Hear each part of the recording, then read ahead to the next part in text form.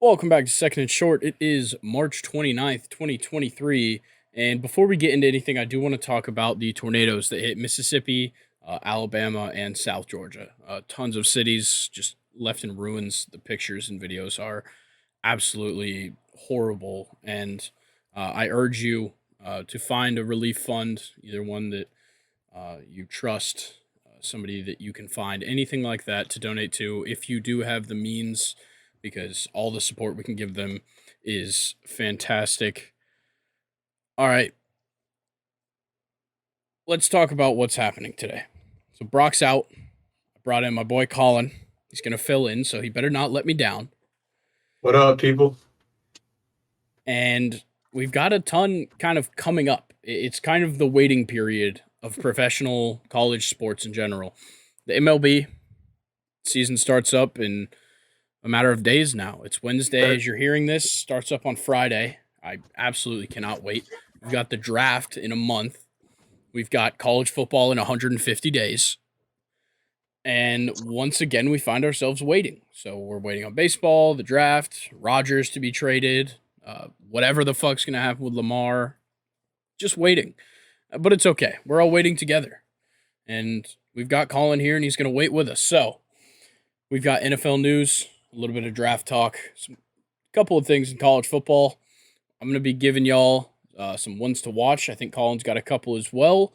Me and Colin, as Braves fans, we're going to talk about those Braves City Connect jerseys that released, and then we're going to hit a stake your claim before we leave. Colin, you ready to get into it? let's get it. All right. Well, we start off as we do with Lamar Jackson, of course. So we heard a bunch of rumors, and me and Luke talked about it on Friday, that there was an uncertified agent representing Lamar Jackson. That agent being Ken Francis, who nobody had really ever heard of. Regarding the situation, Lamar quote tweeted reporter Tom Pelissero saying that Tom Pelissero reported that Ken Francis was trying to negotiate with NFL teams. Lamar quote tweeted him and said, "Stop lying. That man never tried to negotiate for me." So I'm going to just go with Lamar's word here. So let's say he wasn't negotiating with people. Well, 15 minutes later, Lamar posted a tweet promoting a home gym product with his business partner, Ken Francis. So what was Ken Francis talking to NFL teams about? Because I'd assume he was not pitching this home gym product, and if we're taking Lamar's word, he wasn't negotiating either. I don't really know, but one thing I'm for sure, I'm ready for all this Lamar trade talk, everything to be over with. I'm so sick and tired of pulling up Twitter and it's all over my feed. Like I need him to get to a team and then just be there because I'm just done with it. I don't even like him as a player, in my opinion. Yeah, like it's obnoxious that he's taking up everything, and he just continues to do so. He took to Twitter on Monday with a tweet saying, "A letter to my fans. I want to first thank you all for the love and support you consistently show toward me. All of you are amazing, and I appreciate you all so much. I want you all to know not to believe everything you read about me. Let me personally answer your questions."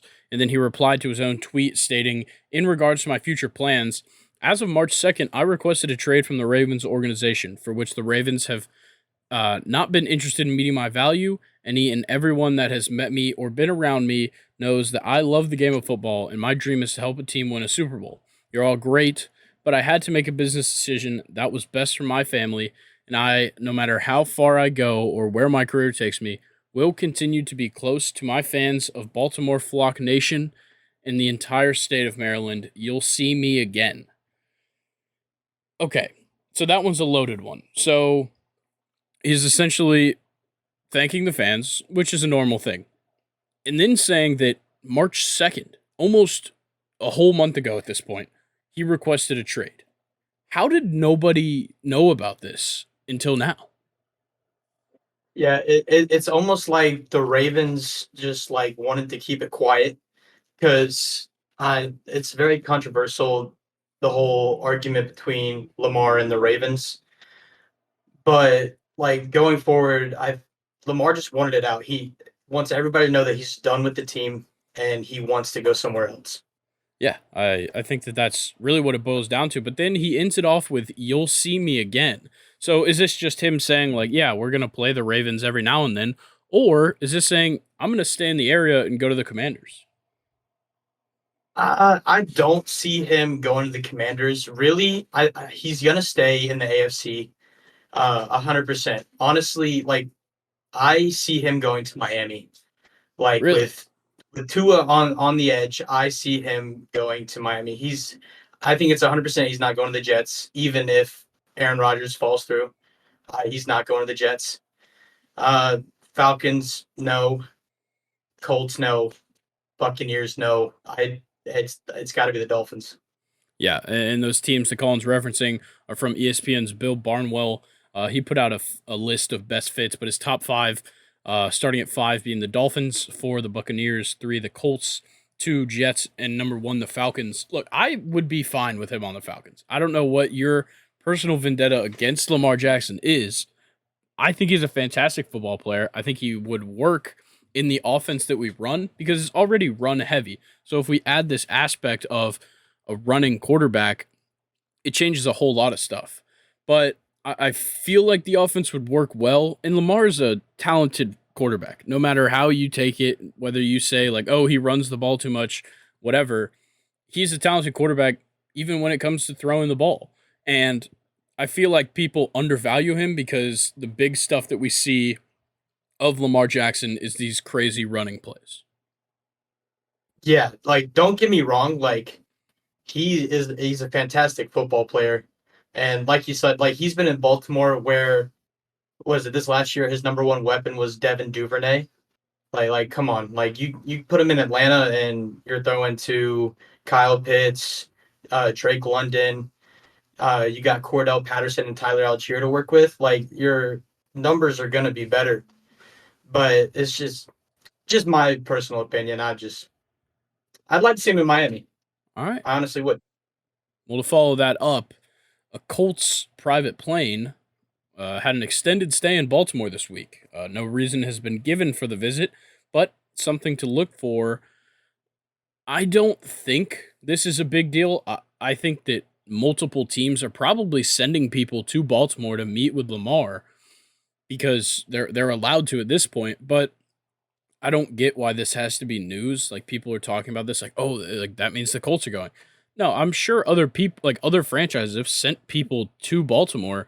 Just that the Colts took one of their planes, and of course, people are going to track it. That's just how football fans are. Yeah, and if you think about it, like with if say Lamar does go to the Colts, but like does that mean they've completely given up on Sam Ellinger? Are they not Yes, going I for would. I would. a QB in the draft? Because they have a fantastic pick. They can easily get their guy. But I just can't see Lamar going to Indianapolis. And what because what he's got Michael Pittman and Jonathan Paris, Taylor. Jonathan Taylor and Paris Campbell. Yeah, I think so. I think Paris Campbell left. I think he went to the Giants. Could be wrong. Oh yeah, that's right. Okay. Yeah. He doesn't have many weapons there. So I don't know. I, for some reason, still think that it's going to work out in Baltimore for Lamar Jackson. Obviously, he doesn't want to be there. So that kind of eliminates them at this point. Like, even if they wanted to keep him, if they match any team's offer, he's not going to play. Exactly. So, they might just fuck him over. But let's move on from Lamar. We've heard enough of him from, for the last 2 months. But reporter Greg Doyle of the Indianapolis Star released an article stating, "It's clear to me now, Colts GM Chris Ballard will trade down to draft Tennessee quarterback Hendon Hooker and get more draft picks. Veteran quarterback Gardner Minshew will start. Hooker will start later, and there will be more picks to plug the many holes in this team." This is wild. I don't see this happening whatsoever. Yeah, it's when I saw this, I turned my phone off because I just stared at the ceiling and just thought about this scenario. Because Gardner Minshew, like he's not a QB to start in the NFL right now. No, And yes, there's a lot of upside for Hendon, but I don't think he fits in Indianapolis. I don't even think it's a matter of fit. I think it's just a matter of value. You have the fourth overall pick. I feel like you should just use it. I don't see a reason in them trading it. They essentially they're getting the third best quarterback. We know the Panthers are going quarterback. We know the Texans are going quarterback. The Cardinals definitely aren't. So the Colts are in the position to take a quarterback. I don't get why they would trade down. I get that they'd get other picks, but they most likely wouldn't come in the first round. If they trade down, let's say I think Hendon has a chance to go in the first round. Let's say they trade down to 21 with the Chargers. I don't know why the Chargers would need to trade up. Let's say they trade down with the Chargers to 21 and they get Hendon Hooker at 21. Well, the Chargers, they have a couple of picks to give up, but not many. And there's a lot of teams there at the back end of this draft in the first round that don't have a lot of picks throughout the rest of the whole draft. And it's hard to find value there. So do you trade back to like 15 or 14 with the Patriots and Packers? Like, I don't see any value in the Colts trading back. Yeah, I think with their what is it? Yeah, they got the fourth. They need to honestly, I'd say go Anthony Richardson. That because that just makes more sense than Hendon Hooker. Like I 100% believe that Anthony Richardson is more NFL ready than Hendon Hooker. Yeah, like in from the 4 spot, there's not a team after them really that has to draft quarterback. And I don't know. I feel like there's no reason for any of them to want to trade up and give up some seconds and thirds to the Colts just so that the Colts can trade back and get a worse pick. I feel like it just doesn't make sense to me. Yeah, the next team I could see getting a QB would be down at 14 with the Patriots. Just with Mac Jones not having a great season last year, it makes the fans of New England very worrisome. Yeah. And like the only one after them, maybe the Buccaneers. I know they signed Baker, but is Baker really the starting quarterback you want? Or do you want to pick up, I don't know, Will Levis? Hey man, Kyle Trask, don't sleep. Yeah, man. We'll see. But let's talk about DeAndre Hopkins because the trade market for him is heating up. It's been a while now since it was kind of reported that he was asking for a trade and most likely would be traded. It looks like the Bills are headlining the pack, but a couple of teams that were initially interested, it looks like they might fall out of the race. The Chiefs might come out of it only because of the financial expectations of trading for DeAndre Hopkins. They don't know if that could fit into their cap. And the Ravens reportedly haven't even offered or talked about this trade, which I feel like if there is a good wide receiver on the trade market or free agency, whatever, the Ravens should be talking to them. Yeah, that is like if I'm Baltimore right now, I'm looking for an elite wide receiver and an average wide receiver. That I believe is the only way they can get Lamar to stay. The problem Uh, is if you pick up DeAndre Hopkins, you got to pay him. Can you pay DeAndre Hopkins and give Lamar Jackson a ton of guaranteed money? yeah, that's the only thing stopping. But I was gonna say DeAndre Hopkins on the Bills would be ridiculous. Oh my God. Yeah. Think about that. I would consider Stephon Diggs still the wide receiver one there, but Stephon Diggs, DeAndre Hopkins, and Gabe Davis, like you're not catching a deep ball. That's Sorry, you're not intercepting a deep ball. All 3 of them will catch it. Yeah, that's just a field day for Josh Allen. Like that would be my team in Madden, Yeah. 100%. Yeah. No, it Like sounds like a Madden franchise offense. like goodbye 49ers, hello Buffalo. Yeah. If only they had a better playbook. And Cardinals head coach Jonathan Gannon said that they're going to move forward with Hopkins being a Cardinal. So in sports professional talk, they're saying DeAndre Hopkins is certainly being traded because if you have to say that, that means he is not going to be there. Yeah. Now hear me out. DeAndre Hopkins comes to the ATL. No. No? Nope. I'm good. You don't want him? No. I don't see the value in picking up a guy who's been injured. He had a PED suspension. He hasn't been on the field. He's going to ask for a lot of money.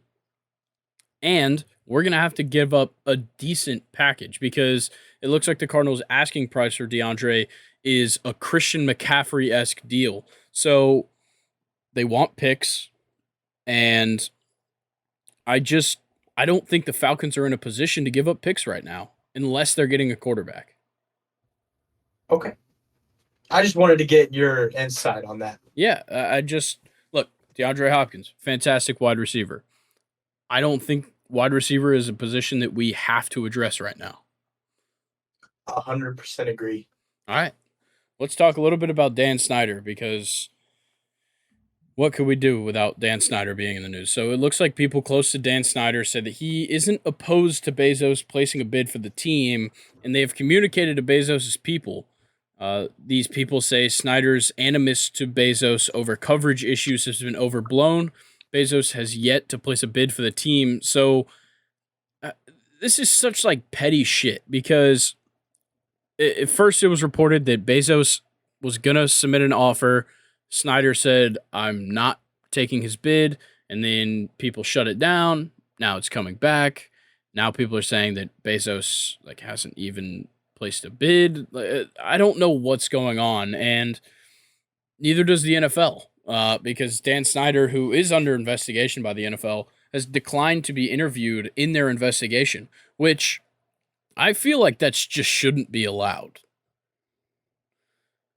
Yeah, it's a weird sort of topic right now because like Bezos had an interview and basically he said, I grew up watching football. It sounds fun.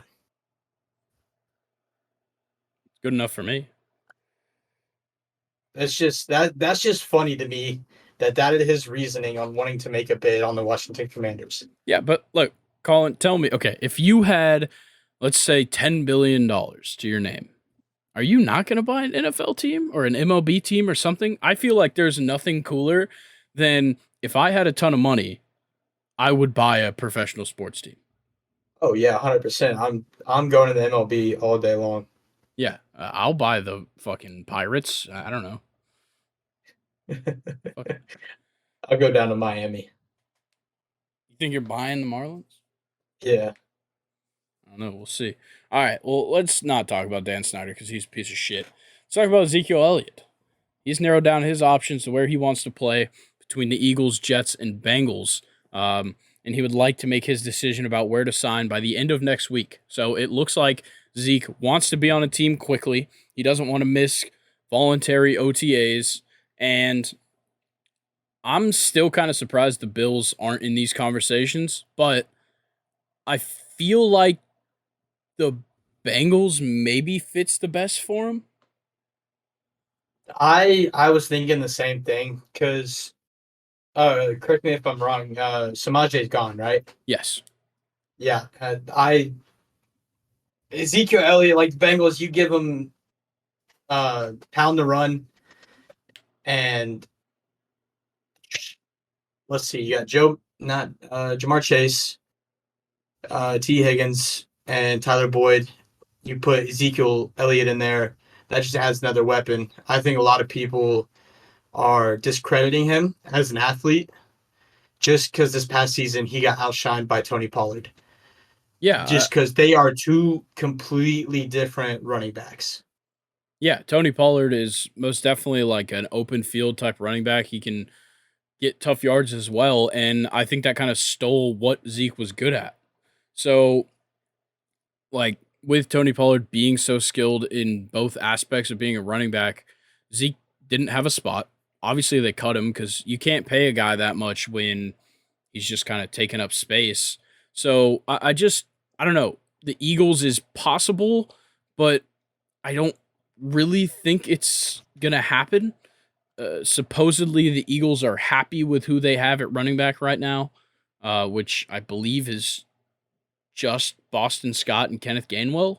I'm not too sure if they made any other pickups. And then the Jets, I don't see that one happening. They've got Brees Hall, who's going to come back. They've got a bunch of other guys in that running back room that could certainly fill the void until Brees Hall returns.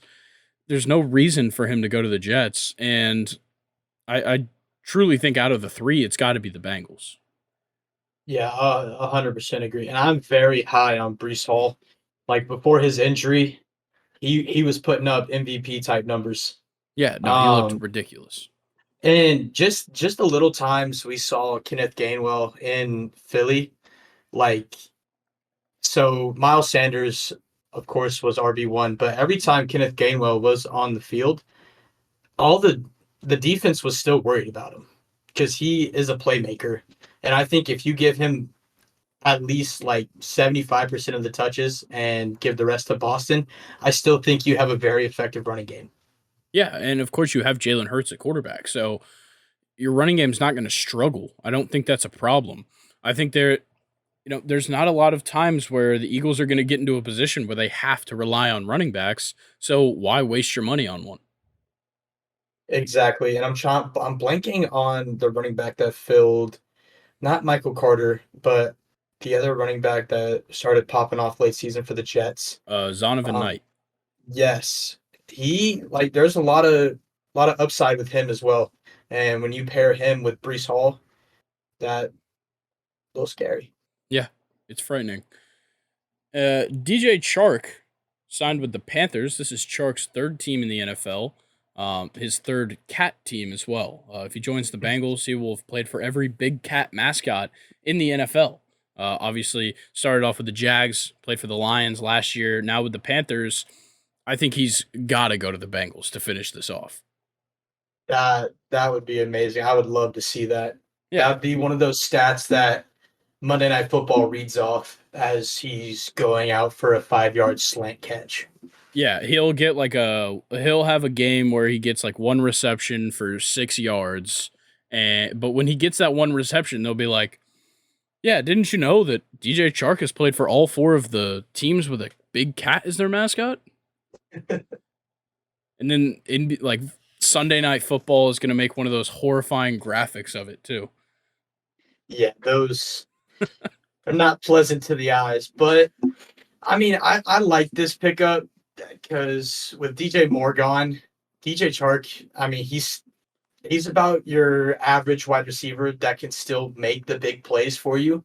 He's not going to go out and post MVP numbers like your Tyreek Hill and Jamar Chase, but he's still a viable option for a rookie quarterback that's going to come in. Yeah, which I think is CJ Stroud, but we'll get to that in draft talk. Chargers defensive lineman Sebastian Joseph Day took to Twitter to express a situation with TSA at the airport. This is the tweet word for word. I really just got sexually assaulted by TSA at John Wayne Airport. After I asked the gentleman to stop because I'm uncomfortable, I feel that this part of the check is unnecessary, in parentheses, after he felt what he needed. Then they told me I was the problem after 3 TSA agents swarmed me. This is so ridiculous at this point because I feel like we hear stories of people being just like TSA just has such a power trip at the airport. Yeah, like I earlier this year I flew down to Orlando and going through I saw at least just standing in line for 20 minutes, three people get pulled aside and there was like just no cause. They it's just ridiculous to just hear and see about this all this stuff on the news. Yeah, and like the fact that I'm sure Sebastian Joseph Day had a reason to be saying this. Like he said, he got sexually assaulted, and maybe he's using that in a loose way, but we can't assume that. Obviously, they're gonna pat you down Some part of that is probably going to be somewhere that doesn't make you very comfortable. So I don't know. This is just crazy, and like the fact that he had to deal with that is ridiculous. Yeah, I 100% agree. And then Geno Smith was having some fun on Twitter. A couple of people trying to troll him over some play that he made last season. And one user said that the play was dumb luck, to which Geno responded, quarters coverage, Tyler beats the double, DK takes his two defenders left, no luck involved. We did this all year, and in this game right before half. Looks like a throw into coverage when in reality it's just Tyler beating the double. Gotta know coverages. And then another user responded to his quote tweet that referenced a stat called interception worthy throws, in which Geno racked up 43 last season, which I'm going to say I agree with Geno. He said it's not a real stat. I think interception worthy throws is the most bullshit stat I've ever heard. Yeah, there's no reason that that should ever be considered a real stat because you're going up against so many different coverages. And I'm going to give it to Gino. He played really well this past season. He outsmarted a lot of defenses, and I think people need to give him more credit and stop hating on him because I'm going to put him in above average QB. Yeah, I'd say he's good for sure. Like, he looked amazing last year. I think he's primed to do well again this year. Maybe not as good, but who knows? Look, Geno Smith has been around the NFL a lot. Though he hasn't started a ton of games prior to this past season, he's still been there. It's not like he just wasn't playing football. Like, the guy studies the game. That he's a quarterback. That's just what you do. And you can't just say like, "Oh, you're lucky," or like you're not good. The guy's good. He's much better than you at quarterback. E- Exactly. And I was so happy for him when I saw the Seahawks re sign him just because he deserved it. He went out and he proved to everybody he deserves a spot in the NFL. Yeah, he is an absolute baller. Alan Lazard told TMZ Sports that Aaron Rodgers was a big reason that he's now a Jet, adding that he has zero concern that a New York trade for the quarterback could fall through. Once again, you're kind of late. This is not news anymore. It's pretty obvious. As soon as you see Alan Lazard signs with the New York Jets, you go, okay, it's because Aaron Rodgers is going to be there. Like, this isn't a story. Yeah, and I'm willing to bet Rodgers just called up Lazard's like, hey, get out of Green Bay. Come be a Jet. All right, Yeah. let's make some magic happen.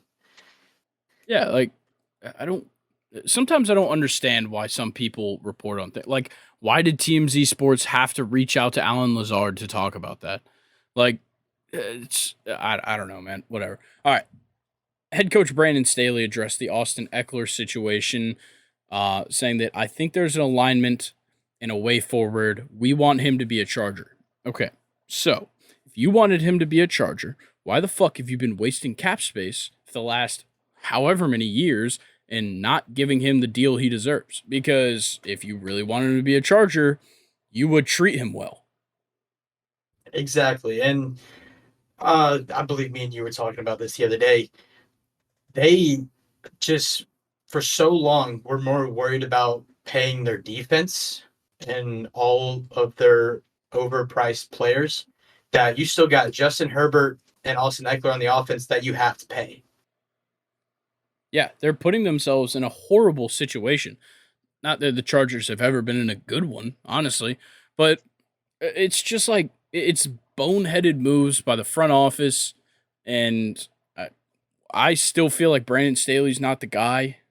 I don't like his approach, but just in general, it's like you can come out and say like, yeah, we want him to be here. It's not going to change the fact that for the last, however many years he's been with the Chargers, you haven't given him the money he deserves. He's been a top running back in the NFL for a couple of years now, and you're still not giving him the respect he deserves. Yeah, and his touchdown numbers last year were ridiculous, both passing and rushing. or not passing, receiving and rushing. Um, Again, putting up MVP numbers, but you're taking a risk and letting him walk. Like that's just a bonehead move. Yeah, it's ridiculous. And Zach Taylor, the head coach of the Bengals, said that he has no update on Joe Burrow's contract. He said, in quotes, "Not my job, thankfully," which I feel like Zachary Taylor is definitely part of this. Like he's got to be. Yeah, obviously, he's not figuring out the numbers, but he's probably expressing to Joe Burrow, like, "Okay, you're coming back. You guys figure out a number. I'll be here waiting for you to come in with that big bag come OTAs." Yeah, and I can see where he gets not my job, thankfully, because the contracts for the Bengals are stacking up right now with all your elite players, and it could definitely be very stressful for anybody to have to deal with what the top five on the team right now being what Joe Burrow. If you're looking at doing a deal with Zeke, Jamar Chase, T. Higgins. Yeah, like it's a lot of money. You got to pay Burrow next year. You've got to pay Jamar Chase, and you still got T Higgins there. If you bring in Zeke, you're gonna end up having to pay him something.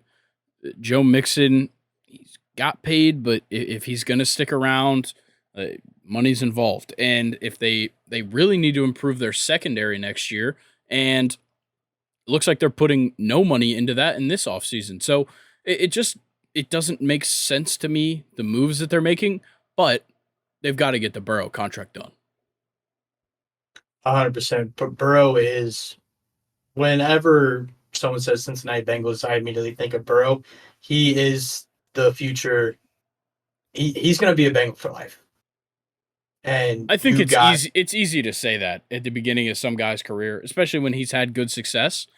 But I do agree. I think he certainly could stay with the Bengals his whole career. Everybody thought Brady was a Patriot for life. Rodgers was a Packer for life. But there's no telling right now. But I think that Joe Burrow could certainly, you know, be the guy. Like he's going to be the only guy left from this roster at some point.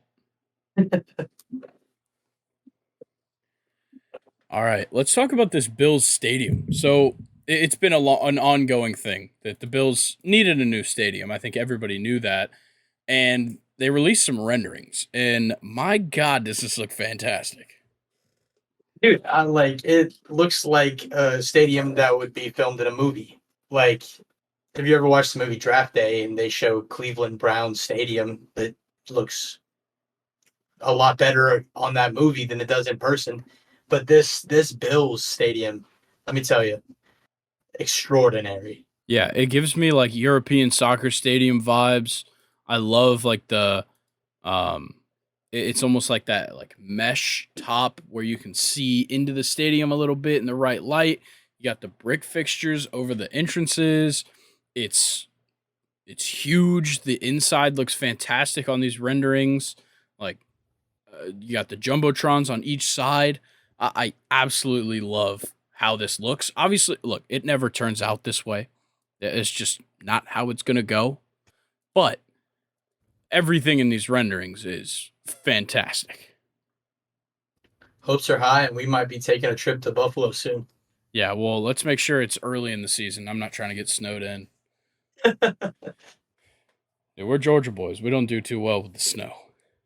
Yeah, we freak out over an inch. Yes, you'll cancel school for like a quarter of an inch.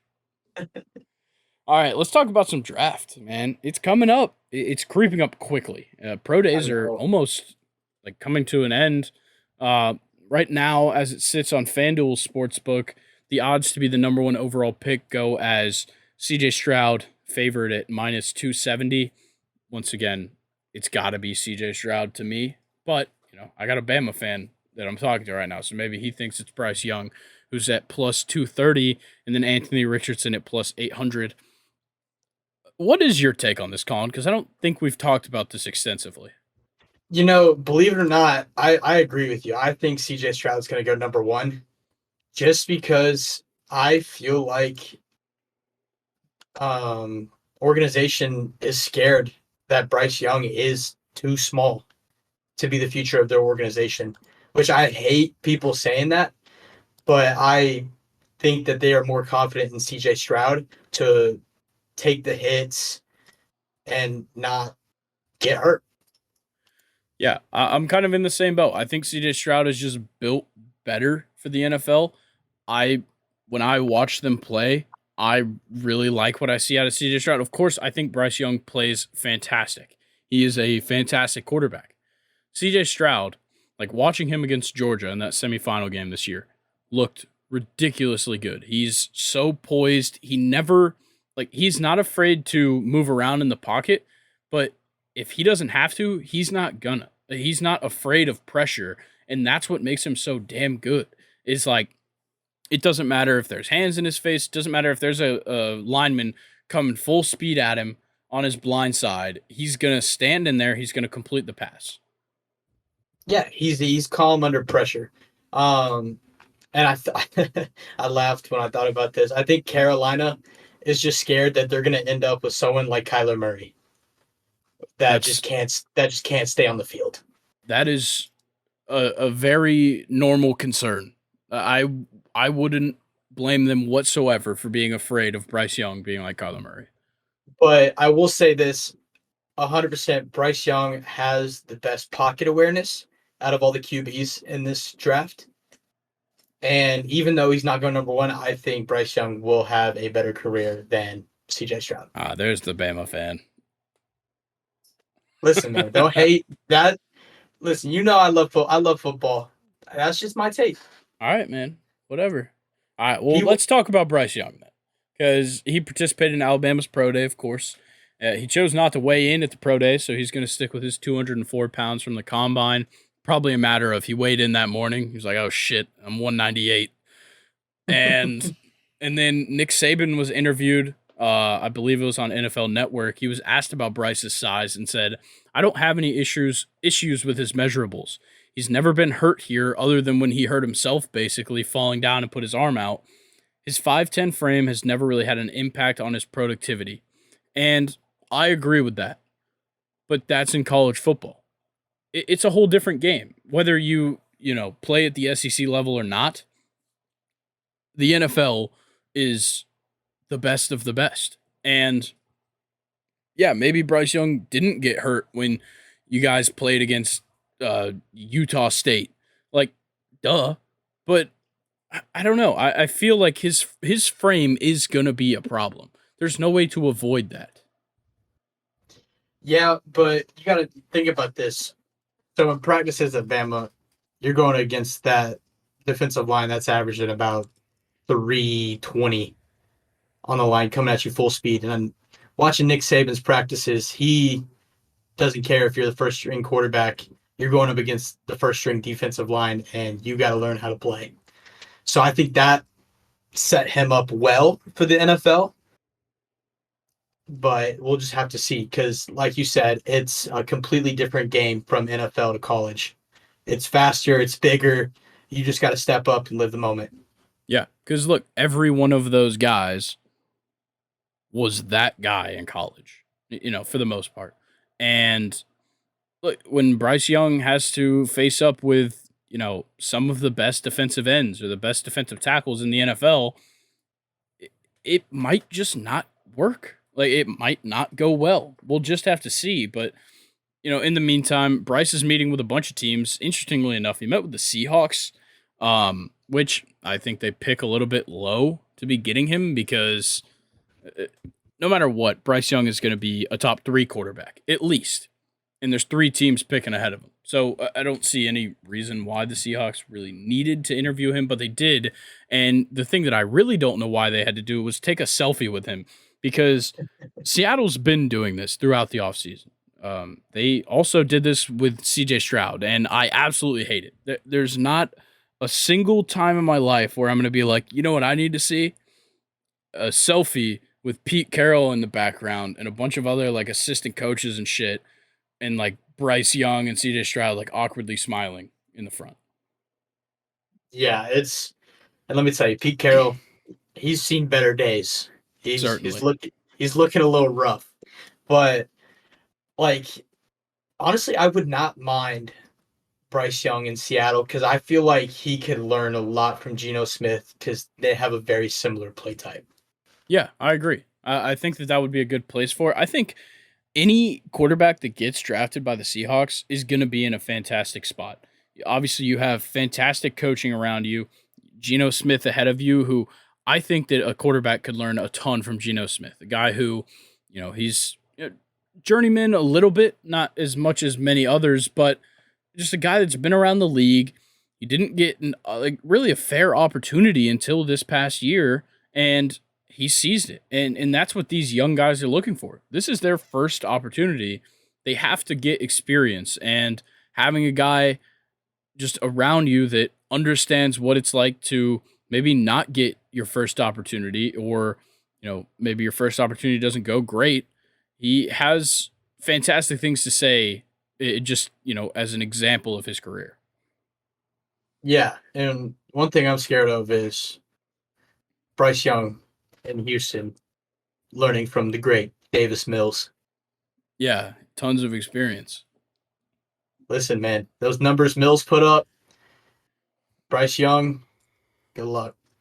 Yeah, we'll see, because they've made some improvements to that team. So I do want to talk about Stetson Bennett. This man has been busy. Tons of private visits, workouts, 10 different teams in the past couple of weeks since the combine. Obviously, Stetson Bennett winning 2 consecutive national titles with Georgia, was a Heisman finalist last season. I don't think there is a single possibility that he sneaks into the first. Maybe a team's gonna really like him and pick him in the second. Realistically, I think he's a 3rd round guy, but I kind of think he might be a gem in this draft. Yeah, I agree. I was thinking the same thing, like third, maybe push toward the early fourth. Um, just because he's got a lot of upside, and how can you not be excited about someone who plays with so much passion? And like coming from me, an Alabama fan, man, I hated him in college. Absolutely hated him. But he is a fantastic football player.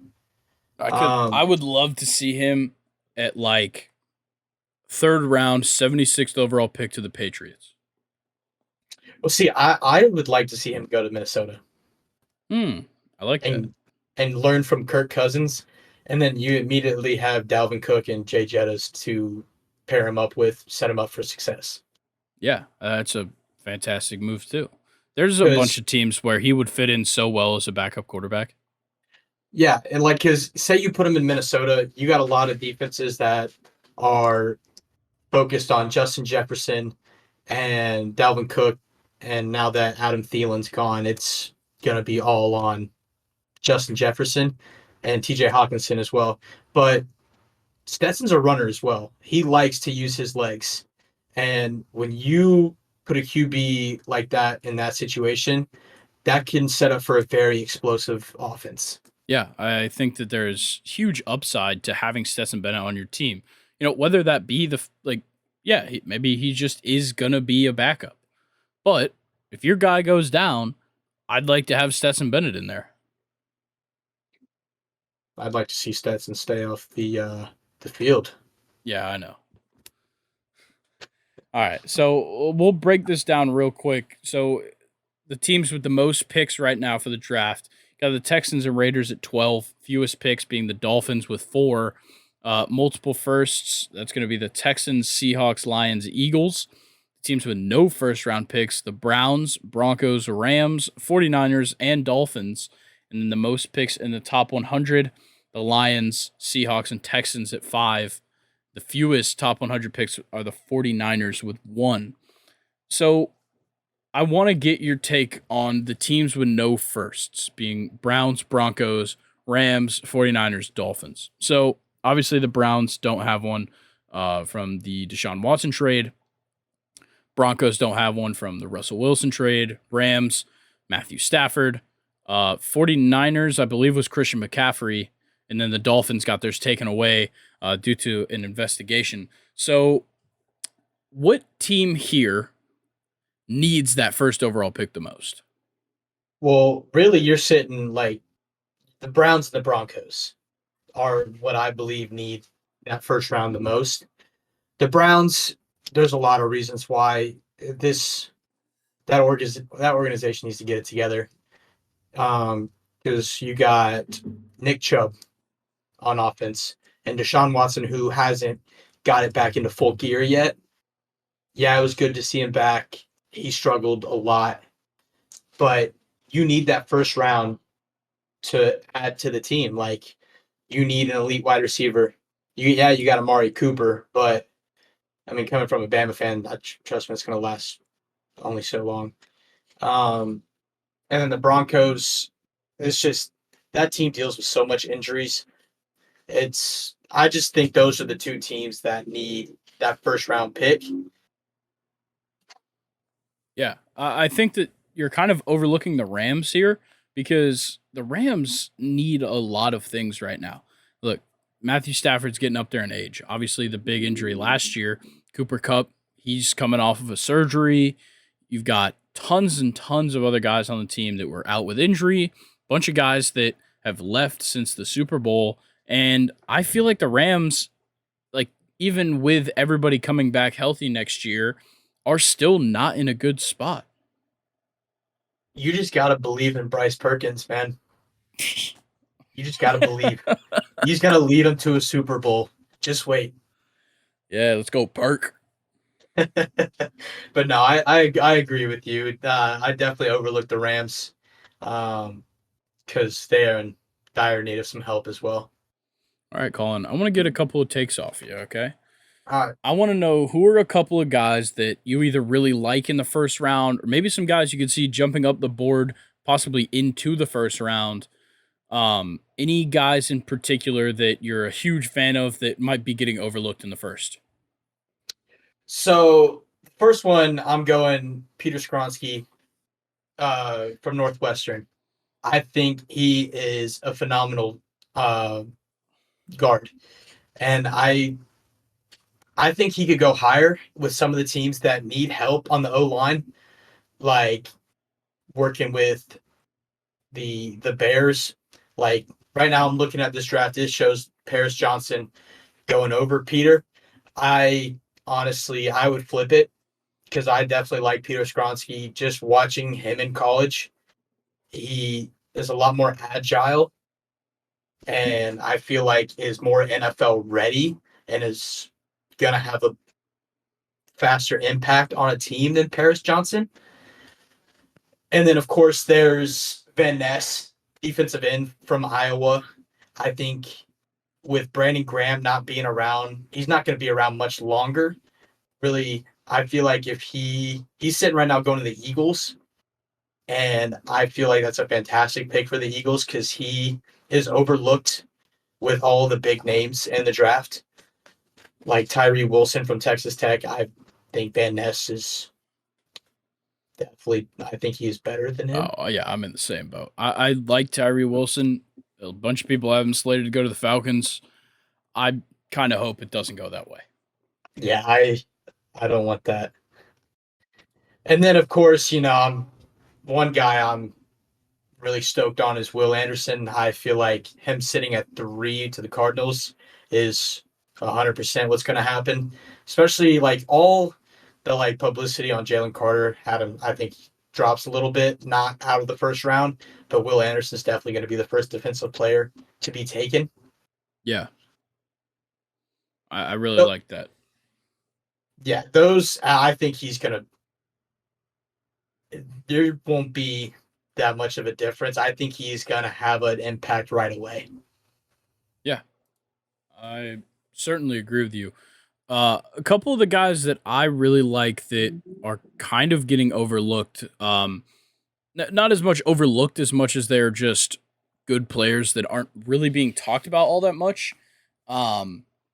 First, Miles Murphy from Clemson. I feel like I'm not hearing his name enough. The guy is absolutely fantastic. I think he should be going at 6 to the Lions. The mock draft I'm looking at right now has him going to the Falcons at 8. I think he's better than Tyree Wilson. We just talked about Van Ness. I think he's better than Tyree Wilson. I don't see Tyree Wilson going in the top 10. I I can't personally say it. But then again, the mock draft I'm looking at has Hendon Hooker going at 5, and Anthony Richardson going at 11. So I don't know what this guy is talking about.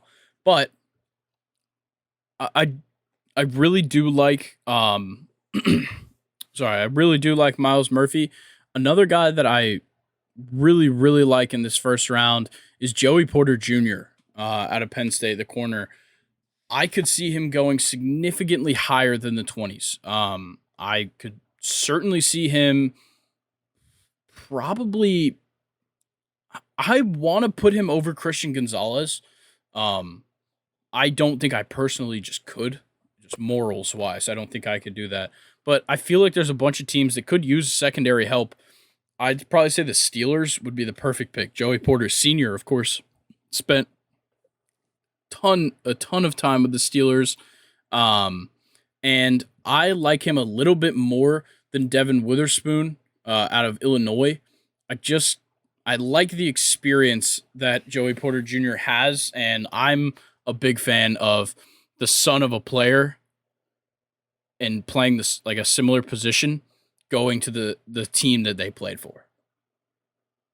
Yeah, yeah, I 100% agree. And another name we're sort of forgetting right now is Michael Mayer, tight end out of Notre Dame.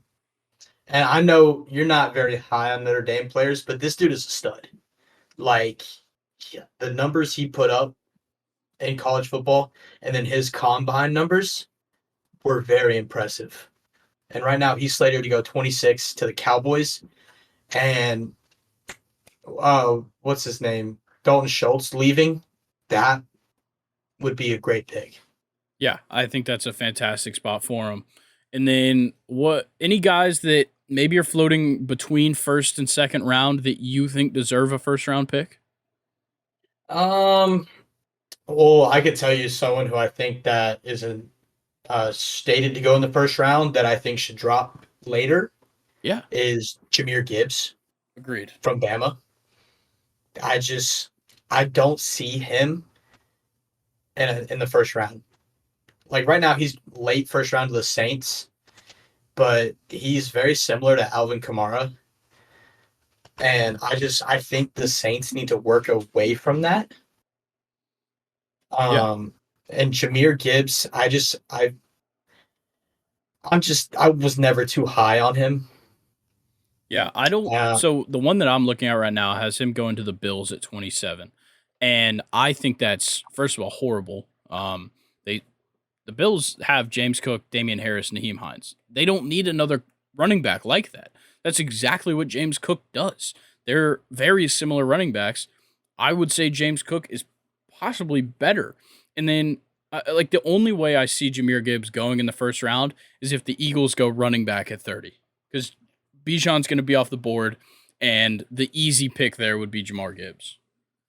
yeah, Or sorry, but if Jameer you Gibbs. like the Eagles, like you're saying, Jameer Gibbs is so much similar to like the Bills, like Naeem Hines and James Cook. It's the same thing in Philly. Like Boston and Kenneth Gainwell, very similar play styles to Jameer Gibbs.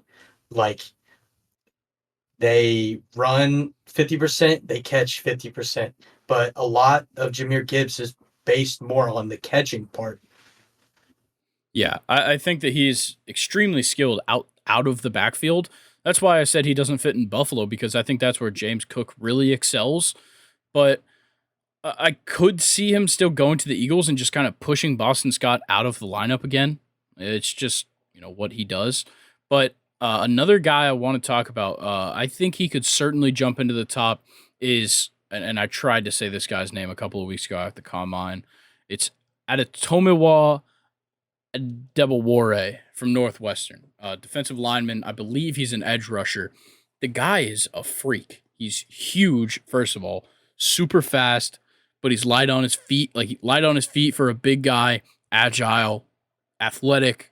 He had a fantastic like 3 cone drill as well. Like the guy is a beast, and he certainly deserves a first round pick. Maybe he goes to the Eagles at 30. Maybe jumps up a little bit higher.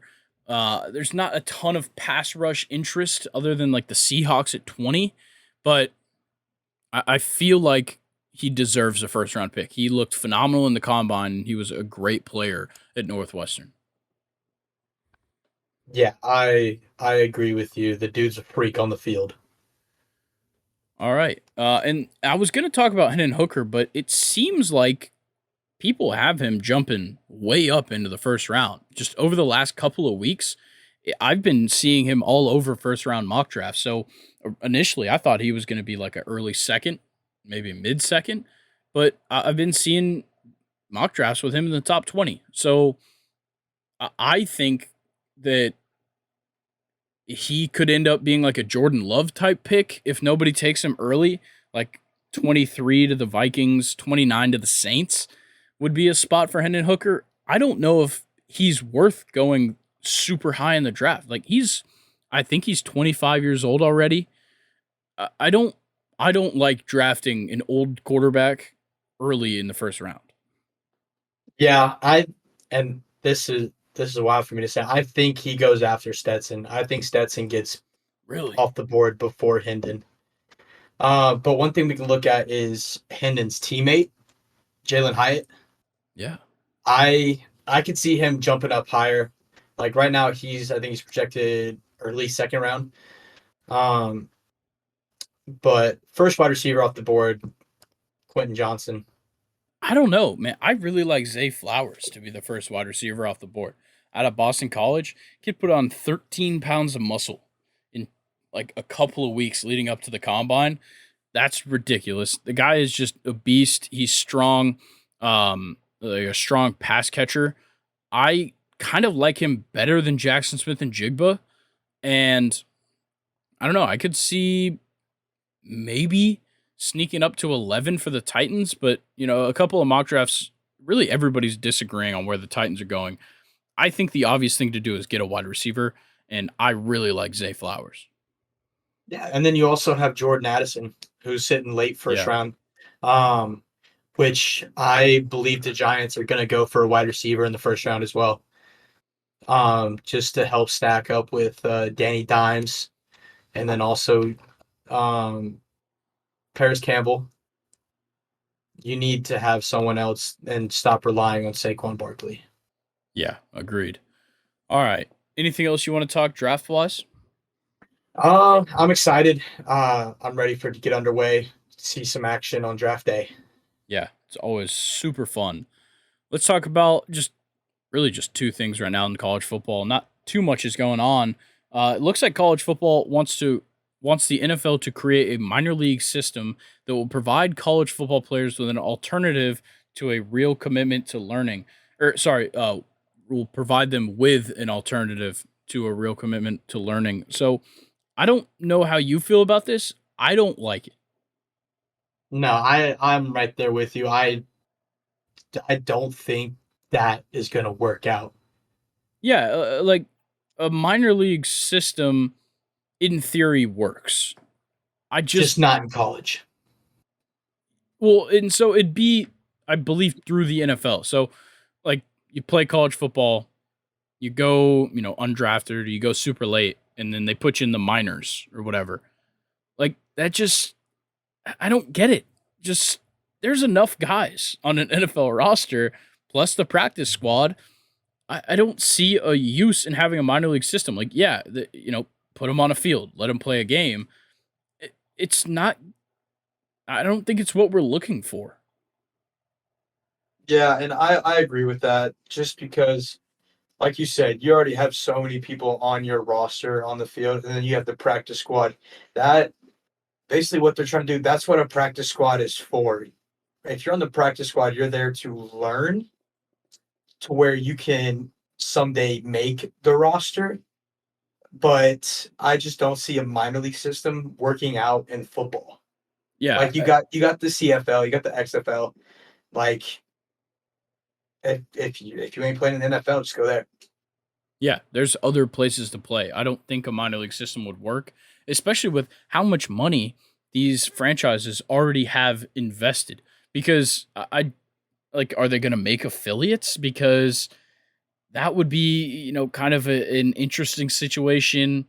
But yeah, I don't know because like with practice squad guys, they're getting cut and signed, every week.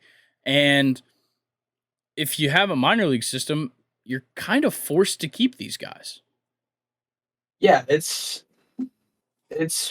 wasted money in my opinion. Yeah, I'm in the same boat.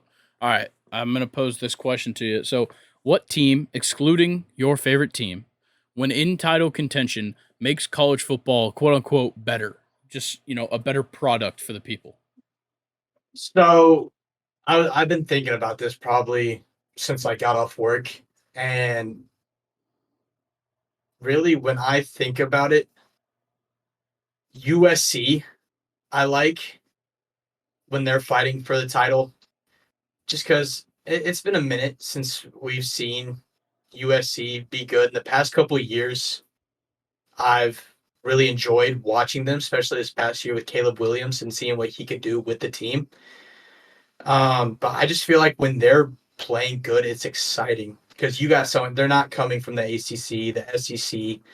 Um, I like teams outside of those two conferences putting up a fight against like your powerhouse Alabama, powerhouse Ohio State, and teams like that. Yeah, I think outside of just USC, just a Pac-12 team in general, USC, Oregon, like those two, even like Stanford in their heyday, like teams like that, it's fun because it's almost like a whole different kind of culture that we're not used to. Look, like SEC football, just like the South in general, plus like the Midwest with the Big Ten, like it's obvious that people watch that. But West Coast football is like it's so exciting to watch USC or Oregon or Washington play super well. Yeah, and like when we were little watching Oregon, Marcus Mariota, that was exciting to watch. But then also this past year, you got Tulane, who was putting up fantastic games, beating USC. Like had a lot of fun watching them. Yeah, I do love seeing a group of five school play super well. Obviously, Cincinnati, that one didn't quite work out. But but like when we see like a UCF, they go undefeated, we won the national title, whatever. Like that stuff's awesome. I love to see group of five schools succeed. But I do want to get back to this Pac-12 thing because you brought up Marcus Mariota. One of my favorite college football quarterbacks ever was Jake Browning from Washington. Oh yeah, lit That up the guy college football was field. so good. Yeah, that I remember. What is it on our PS3 when they had NCAA and you could use a QB because they couldn't use the names, but you use a QB just like him and just lighting up the field and just Yeah, watching him just tear up defenses, burning cornerbacks, and then just escaping the pocket and just making defenses look stupid. yeah. It's so much fun. But one other thing I want to bring up, and I know this kind of involves my team, but I feel like any of the big three in Florida being in title contention is entertaining. Miami, Florida, Florida State, of course. Um, even if you took out Florida State because they're my team, Florida and Miami are exciting programs. I hate Florida, I hate Miami, but they make college football a better product when they're very good.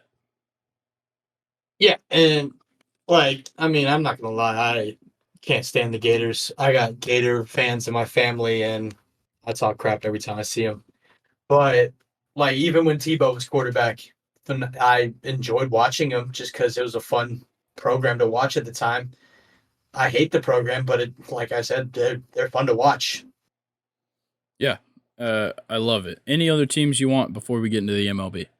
Um, I mean, I enjoyed seeing Tennessee do well. It's been a while since they did well. Yeah, Like I it's think that any team in the East playing well just helps because, like, with how Georgia is right now, you love to see another team in the East at least try and contend. yeah, exactly. Like next year, would I be ecstatic to see like a Mizzou come out of nowhere? Absolutely. Is it It's gonna not. happen? Absolutely not. Yeah, that one's not happening. Maybe Vandy. Oh yeah, AJ Swan, step it up, baby. Oh God, yeah, we're not talking about AJ Swan. We gave him enough shine. Me and Brock did during the season. That's enough. All right, let's get into the MLB though. I put together, and I believe Colin put together a list of guys. Right? Yeah. Okay, so we've each got 5 guys that are ones to watch this season. Colin, let's go ahead and hear your first one. First one, and I've been saying it ever since I saw it. Jordan Walker, 20 years old, made the opening day roster. The dude's a freak on the diamond, and he has the best hands for a swing that I've seen in a while, and that's going back. So he's from Georgia, Decatur. I went down to Glen Academy for a baseball tournament, and he was playing the game right before me. The dude's was like 6'3" at the time, and first he batted leadoff. First pitch of the game, double off the top of the wall.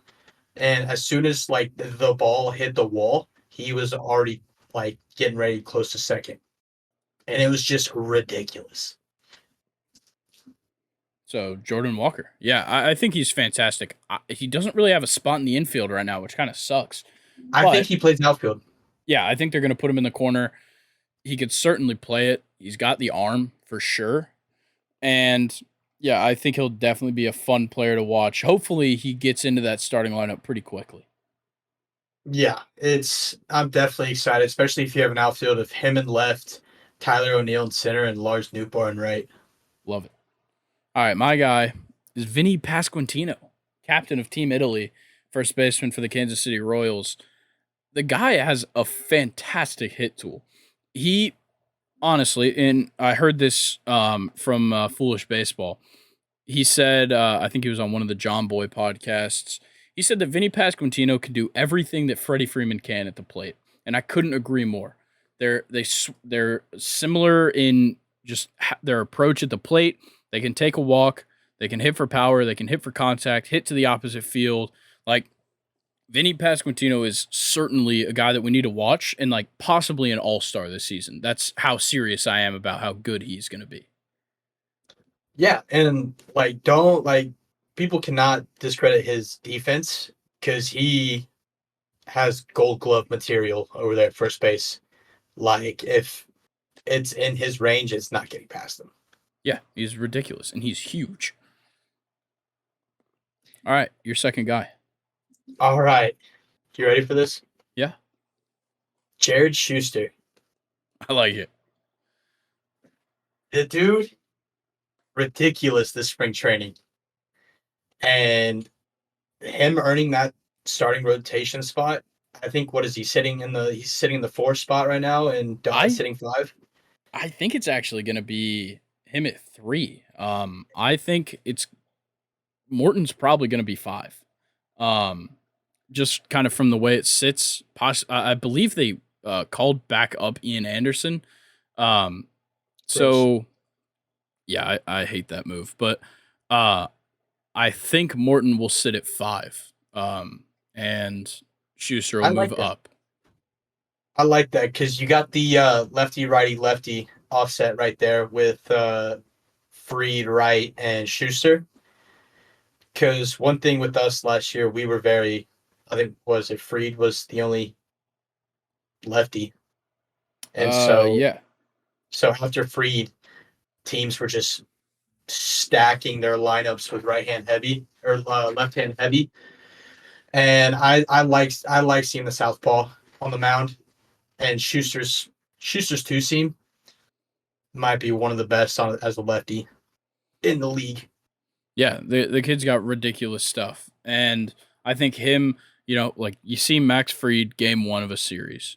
And okay, a lot of off speed, good ground ball stuff, but can also strike you out. And then you get Spencer Strider, who, just saying this because Kyle Wright is out at the moment. You get Strider, blows it by you. Right-handed, huge change of pace for Max Fried. Then you go kind of back to that Max Fried style of pitching with Jared Schuster, but uh, I haven't seen too much of Schuster, but he does throw harder than Max Fried, right? Yes. Okay, so he's a flamethrower. He's got great off speed. You were just talking about the two seam. That three in the rotation, like that first three, is ridiculous as long as Schuster, is ready to pitch at the MLB level. Yeah, and I'm trying to pull up his. Yeah, it's like his as a southpaw on the mound, he's 6'3", 210. Um, and sits. Let me look at the splits. About 94 to 95. Yeah, so kind of similar to Max Fried's speed, a little bit higher, but yeah, I think that he could certainly be an impact player this year. I don't know if he's going to be like rookie of the year material. I don't know if he'll, have a season like Spencer Strider did, but I certainly think that he could be pushing for, a runner up, third place in rookie of the year if he pitches well. Yeah, agreed. All right, my second guy, and this one might sound stupid to say that he's a one to watch, but Wander Franco. We've This has got to be it. Like this has got to be the year where it's like, holy shit, like this is the guy that we've been talking about. Yeah, Because year one, he didn't get the full year. Year two, a little bit of injury, but really just didn't play well overall. If he has a full healthy season, like we haven't seen what Wander Franco's, ceiling is in the MLB. Like I think his floor is a lot higher than most people realize. Like the guy is ridiculously good. He's above average to great in the field, and he is just ridiculously good at the plate. We just need to see it over the course of 162 games.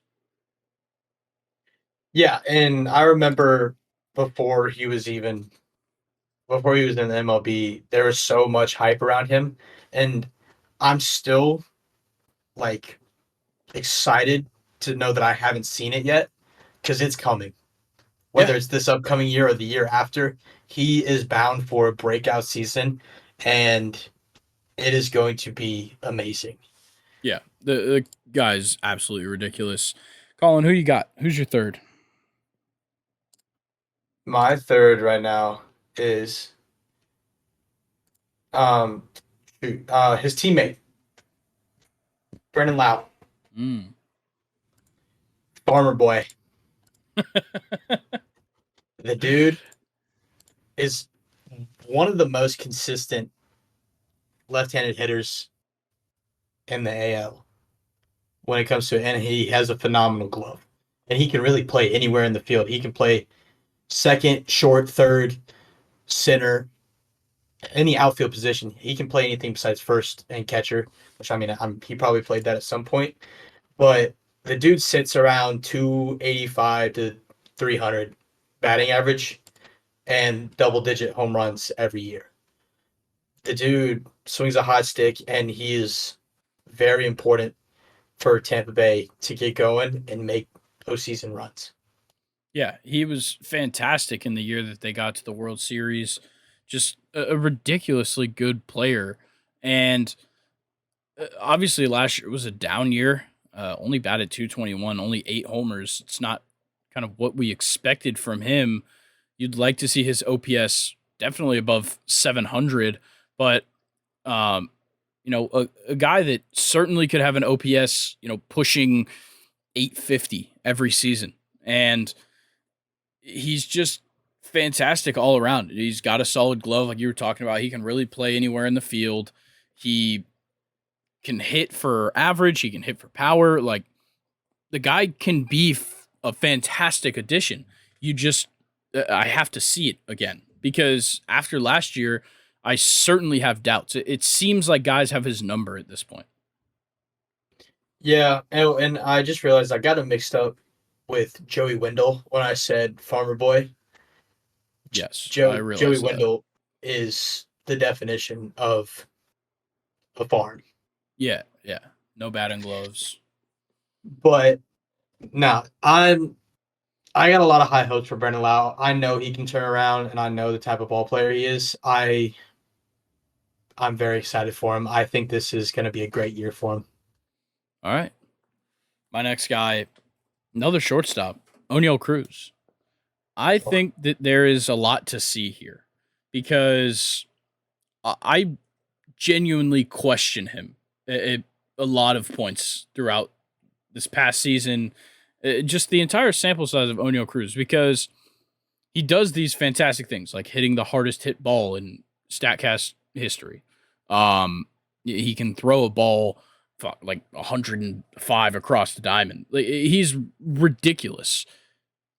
It just seems like he can't do it consistently. He's either striking out a ton or he's getting errors in the field. Like he can't do it all at the same time. And it makes me question how, he can show off every couple months, but is that going to keep him on an MLB roster? Yeah, but the dude, like you're saying, the dude's a freak. Um, with this full year coming up, he's got a lot to prove, like you said. Um, I feel like if he can control his factors outside of the diamond, he's going to have a fantastic year. He's just got to stay out of trouble. Yeah. Yeah, I agree. All right. Who's your fourth guy? All right. And so this guy, I'm not looking at him to do well. I think he's going to have a very bad year, and I think you know who I'm talking about. And there's no hate to this guy. I don't blame him for anything he did, but it's Dansby Swanson. It's fine by me. Going to Chicago, I mean, what, they got Eric Hosmer at first, right? I believe so. They've got Cody Bellinger in the outfield. But Dansby Swanson, I mean, his energy was always up. He had so much fun in Atlanta, and he was playing without a single worry. So this year, after a fantastic year last year, he's got a lot of eyes on him. Chicago brought him over because they think he is the guy for them.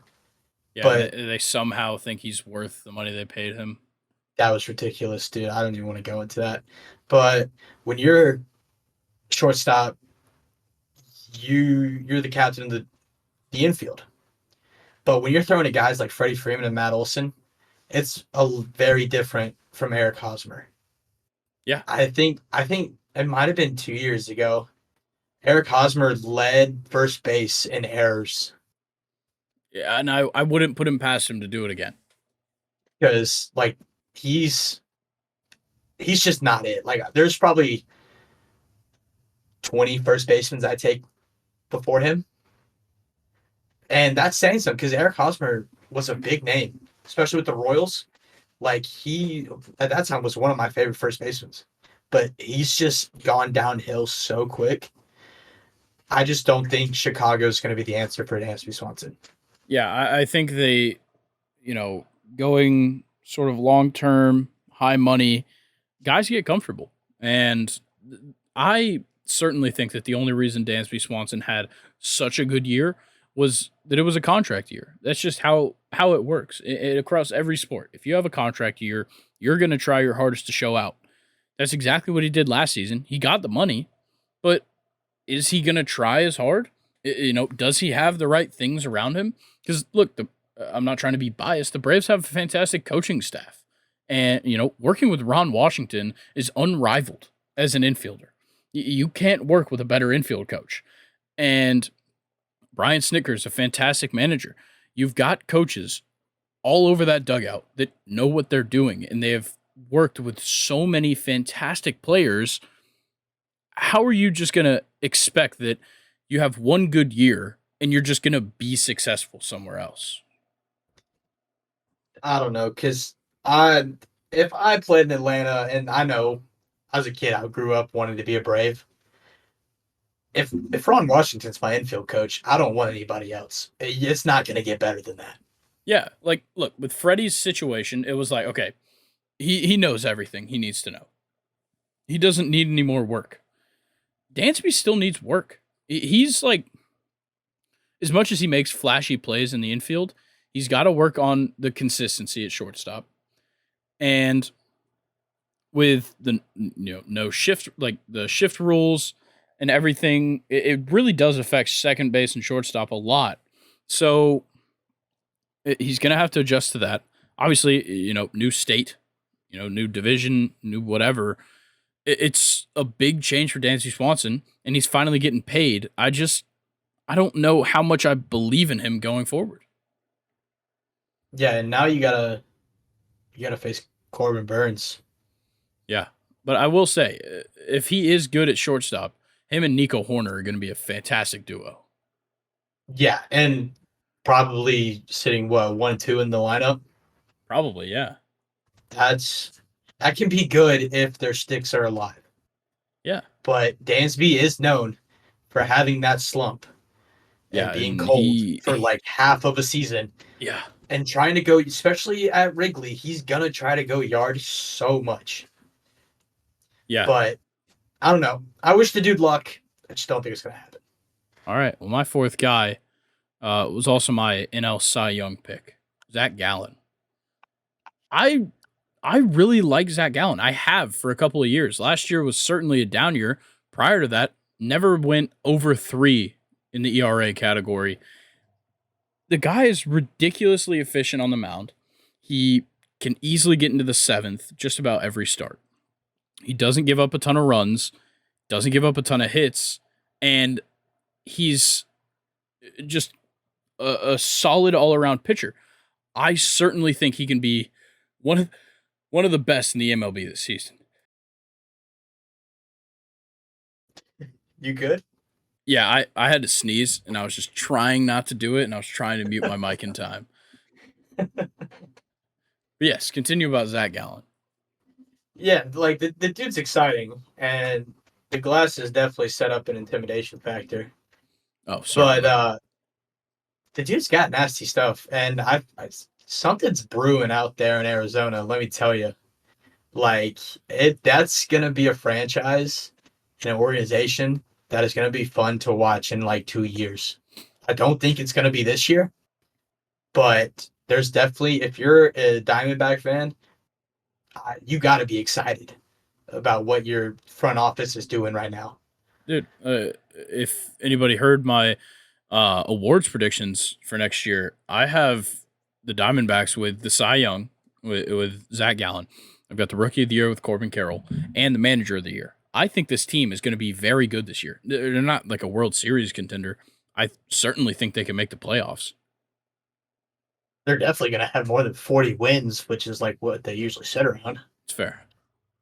But no, I like that Zach Gallen pick. I think he's definitely going to have a fantastic year pushing for that Cy Young. All right. Who's your last guy, Colin? Dude, it was so hard. I was trying to go between these two. I'm just going to say the two, and then I'm just going to talk about one. So first, I got Chris Taylor with the Dodgers. And then second, I got Bobby Witt Jr. So I'm going to talk about Chris Taylor because I feel like so 2022 was a down year for him. But after putting 4-year, I think it was 60 million contract last offseason. Yep. His OPS dropped over 100 points. And he would have like a couple, like I remember the 3 home run games, but then he would have like 5 straight 0 for 4 games with 3 strikeouts. But I feel like so now he's going to be an everyday player for the Dodgers. I feel like if he cuts back on the strikeouts, he is going to have such a positive impact on the team, especially with Gavin Lux, his injury. Chris Taylor is going to play more shortstop.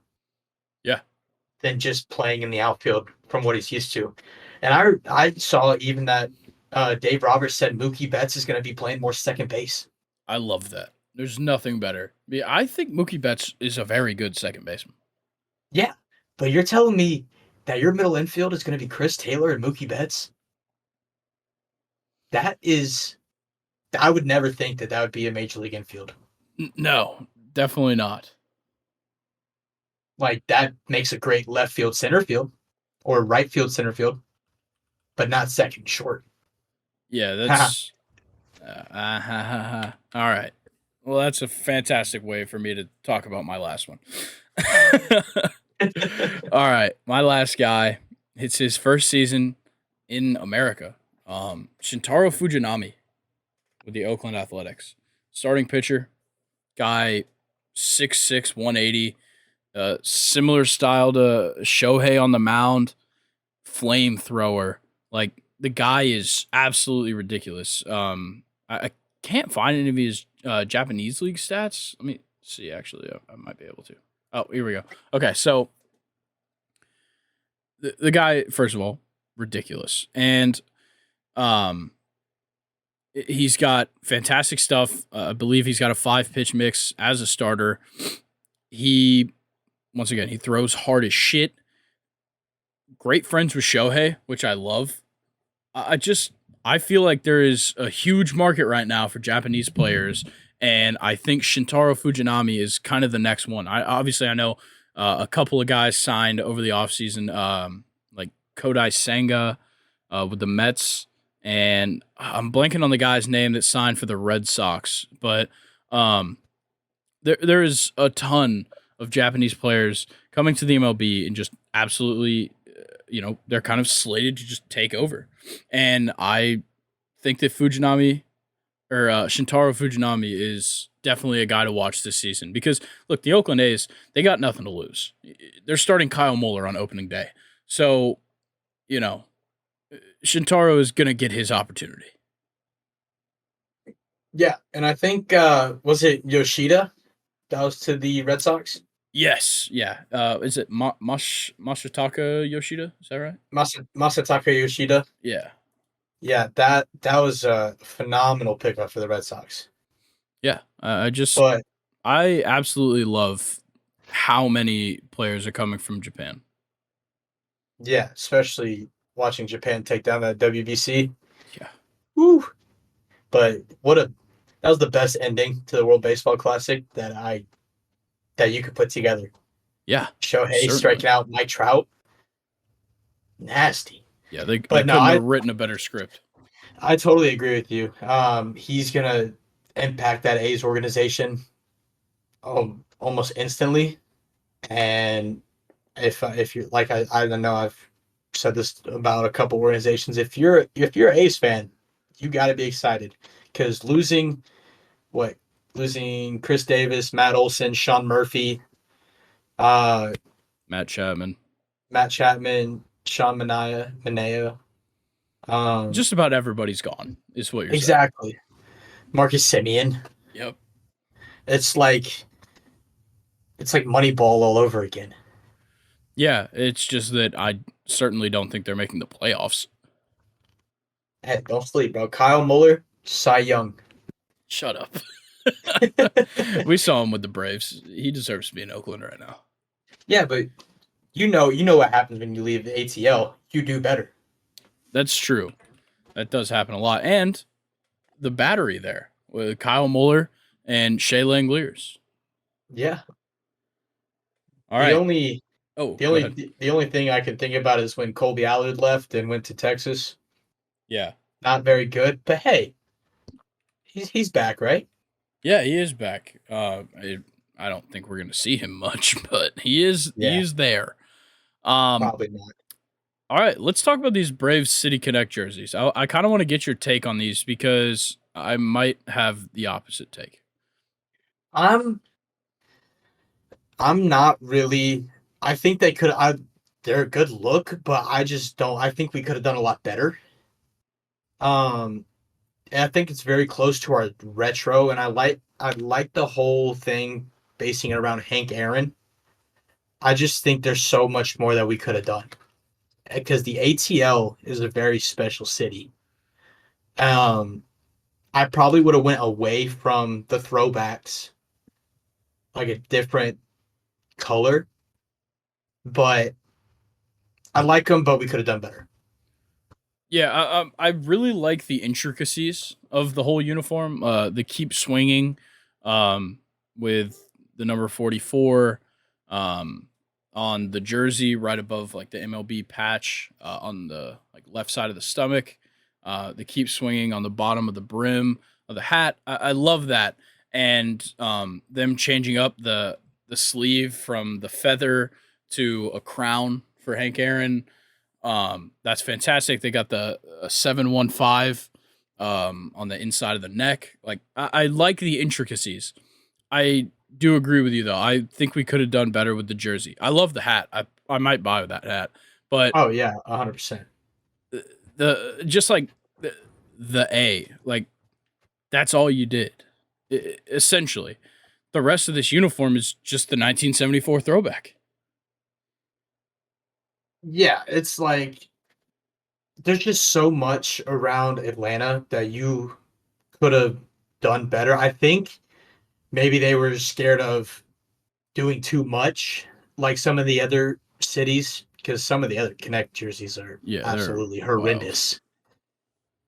I think one of my favorites is Miami's, though. Yeah, Miami's is fantastic. I really like the Diamondbacks one, the Serpientes one. Yeah, that's sick. Yeah, uh, I just I don't like how minor of a change it is, and like the way that it's laid out, where you've got like the A logo on the chest, and then like kind of below the chest almost is where your number is on the opposite side from the logo. Like I don't know, something about that just seems off, and I just don't like it. I like everything else about the jersey. I have no problem with how it looks. I'm fine with them kind of doing a play on the throwback. I wish they would have gone a little more creative, but I can't hate anything that's pretty much a tribute to Hank Aaron. Yeah, but and I might be kind of wild for this, but there's only so much, like so long you do a tribute to Hank Aaron. Like, I think that yeah, they deserve, like, it's a player that's deserving of it. oh, 100%. But like now, everyone's starting to take when you think of Atlanta, all you think about is Hank Aaron. That's it. When Atlanta is also known for so much more. Yeah, I agree with that. I think they could have played into the city. There's a ton of culture that has to go along with the city, and there's a lot that they could have done with this. I think you were right what you said earlier. They kind of took the safer route here. Yeah, but I'm not gonna hate on them. The A, they could have made a little bit more creative A, and just instead of just saying the A. Yeah, I don't know. That's like the only part I don't like is just the logo. I think just adding the in a fun font. That's it. Yeah, That's all he did. I kind of like would have liked like a crazy red and navy blue design. Make the jerseys really pop because I mean, if you have someone who doesn't really watch baseball that much and they tune in, they watch a game where they're wearing the throwbacks, and then they watch a game where they're wearing the City Connects, they might not be able to tell the difference. Yeah. I also am a huge fan, like with the Braves especially, having the script logo with the tomahawk on the bottom. Like that's a Braves jersey to me, not Yeah. just throwing the A logo on the jersey on the chest. That's not a Braves jersey to me. Yeah, but when if you put the tomahawk on the jersey, Yeah, whatever. people are gonna Yeah, hate on whatever. All right, we're not getting into that discussion. it. All right, Colin, this is your first ever stake your claim. You better have something good. All right, you ready for this? Yeah, man. Stetson Bennett is gonna have a better NFL career than Will Levis. Wow, you did bring a good one. All right, give me some explanation. I feel like Will Levis, and people might hate on me for this, I think he is going to be the next Jake Fromm in the NFL. Damn. Well, He it would take him going extremely late in the draft to be Jake Fromm. Maybe Josh Rosen. yeah, Josh Rosen would be a good one, or even Sam Darnold going in the first round. Sam Darnold disappointed a lot of people. That's true. Like going to the Jets, everyone expected him to be the guy. He sucked. Yeah. He sucked then and he sucked now. I've watched so many videos on Will Levis, and I'm just not impressed. Yeah, Like I think that everybody's just like wowed by like the build. he has a great arm. He looks physically like, height, weight, just the way that he plays on the field. He's an NFL quarterback, but Yeah. he doesn't do enough in my eyes, to be deserving of, even being called a top 4 quarterback in this draft. Yeah, he's got a great arm, but when he's in pressure games and from this past season in college football, he did not perform like even a top 10 QB in the draft. He was putting average numbers just around 200 passing yards, like maybe 1 or 2 touchdowns. But also throwing in like 2 or 3 interceptions on about average defenses, where you got Stetson Bennett, who's absolutely annihilating Alabama, absolutely annihilating Tennessee, just balling out. And Will Levis, his pocket awareness, I would give it a C minus. His arm, A plus. Legs, I'd give it a C. Not very good. But I mean, his IQ, I would even just give it like a B minus. If he wants to have a good career in the NFL, he has so much learning to do that I just think Stetson Bennett I think he's going to have a better career than him. I think Stetson Bennett, well, I'm trying to think of who it is, but he will exceed a lot of expectations in the NFL. Yeah, I love it. I think that Stetson Bennett deserves more credit, and I think Will Levis deserves less. So I'll go ahead and get into mine. Mine, it doesn't really relate to anything we talked about. Originally, me and Brock were going to talk a little bit about college football head coaches, but I think that Oklahoma State is going to miss a bowl game for the first time since 2005. I'm just not impressed by the roster. They lose Spencer Sanders.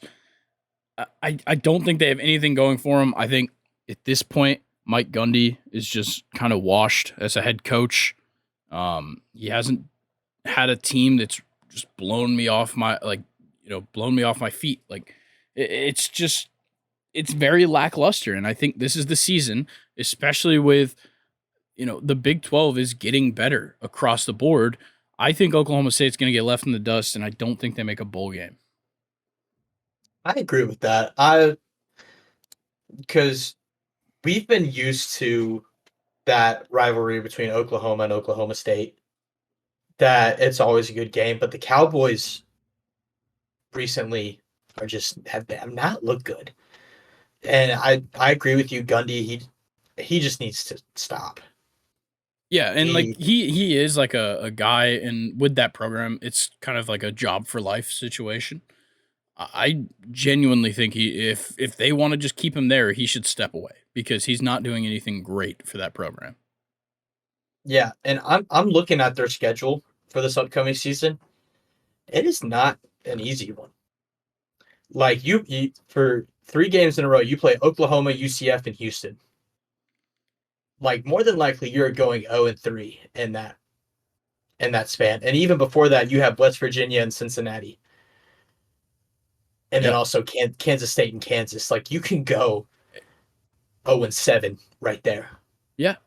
They've got a tough schedule. The Big 12 is getting better and better. Even with the expansion teams, I feel like the teams that they brought in outside of maybe BYU are teams that are ready to contend in that division or in that conference. So I genuinely think this is kind of the end of this run for Oklahoma State. Yeah. Now you think they lose to South Alabama? Probably not. Hey man, watch out for them Jags. Jags by 90, baby. Okay. All right. Colin, anything else you've got for the people? No, it's been a pleasure. Um, Thanks for having me out, Grayson, and just keep an eye out on them Braves. All right. Well, I think that's going to do it for us. Me and Luke will catch y'all on Friday. Peace.